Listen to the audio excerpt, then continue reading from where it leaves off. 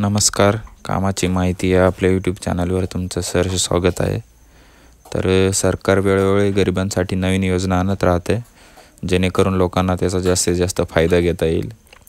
यावेळी पण सरकारने रेशन कार्ड धारकांसाठी एक नवीन योजना आणली आहे. या योजनेअंतर्गत जे रेशन कार्ड धारक आहेत त्यांना धान्यासोबतच आता महिन्याला 1,000 रुपये दिले जाणार आहेत.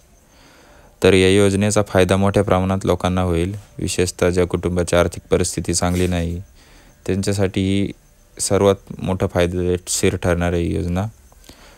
कारण या योजनेअंतर्गत धान्यासोबत त्यांना 1,000 रुपये मिळणार आहेत. या योजनेचा उद्देश केवळ गरीब कुटुंबांना मोफत रेशन देणे नाही, तर गरीब आणि गरजू कुटुंबाला आर्थिक मदत करणे आहे.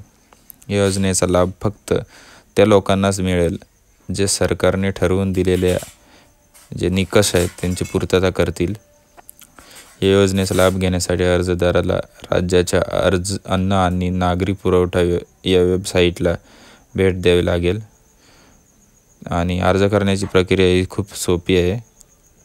त्यासाठी आपल्याला कोणकोणती कागदपत्रे लागणार आहेत, तर सर्वात प्रथम रेशन कार्ड, आधार कार्ड, बँक पासबुकची झेरॉक्स, उत्पन्नाचा दाखला, रहिवासी दाखला हे सर्व डॉक्युमेंट तुम्हाला त्या वेबसाईटवर जाऊन अपलोड करायचे आहेत अर्जामध्ये.